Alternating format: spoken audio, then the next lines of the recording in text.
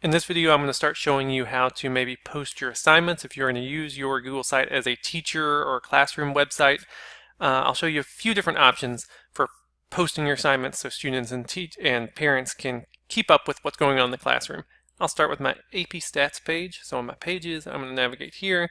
I've got nothing going on. Now, if you want, I'm just going to show you the most basic, the fastest, the easiest way just to post assignments, to use this site kind of like you would use a blog. Basically, over here, on your page, I'm going to double click and I will say I need a text box. And you could just like you're typing a blog post or whatever, you could say your homework for Thursday 7/19 will be whatnot. Of course, you have your options for formatting. Voila. Very simple, very basic. Takes a couple of seconds. Now, once you have this done, of course, you have to hit publish to send that out and make it live, which is very frustrating sometimes. Don't forget to publish. So just think of it as your save button. Anytime you make a change, you want to publish that for the students to see that. Now, what I will say is you can also use the insert sidebar over here to insert a text box. The thing that annoys me the most about this when you're trying to use it as a kind of blog is that when you insert a text box, it always wants to put something below that, below what's already there. But if you're kind of trying to use a running assignment blog, if you will, you probably want the newer ones on top.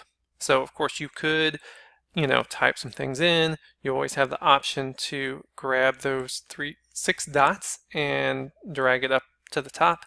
That will get really annoying after a while, right? So here's what I would say. Pro tip. Once you and think about this, you have the formatting you like for a homework assignment.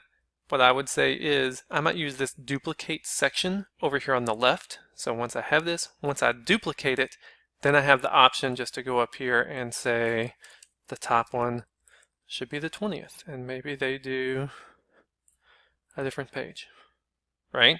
And then publish that. Make sure you publish it or it is not live. And so then maybe when you come back next week and you want to put some more homework,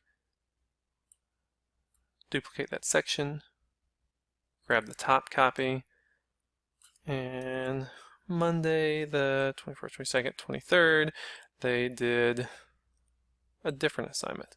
So if you just want to do the most basic kind of all you want is a list of assignments that people can keep up with, that would be, in my opinion, the easiest way to do that. Add this text box. Once you have one you like, use that duplicate feature and have kind of a rolling. Of course, you could put more text in there. You can link an assignment. You could do whatever you want, throw an image, you could link to a worksheet, you could link to a website they're supposed to use, but you could use that basic approach to post your assignments. Just make sure that you always publish them